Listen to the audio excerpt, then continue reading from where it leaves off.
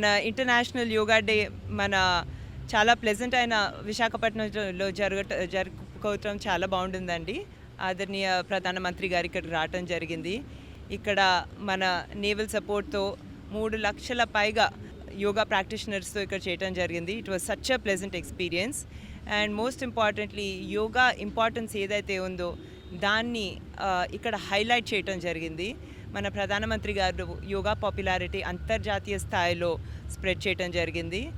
And yoga ఏదైతే ఉందో అది మన మైండ్ బాడీ కనెక్షన్కే కాకుండా ఎన్వైరన్మెంట్కి దగ్గర పడటానికి చాలా ముఖ్యమైనది. అది రిలాక్సేషన్కి చాలా ఇంపార్టెంట్.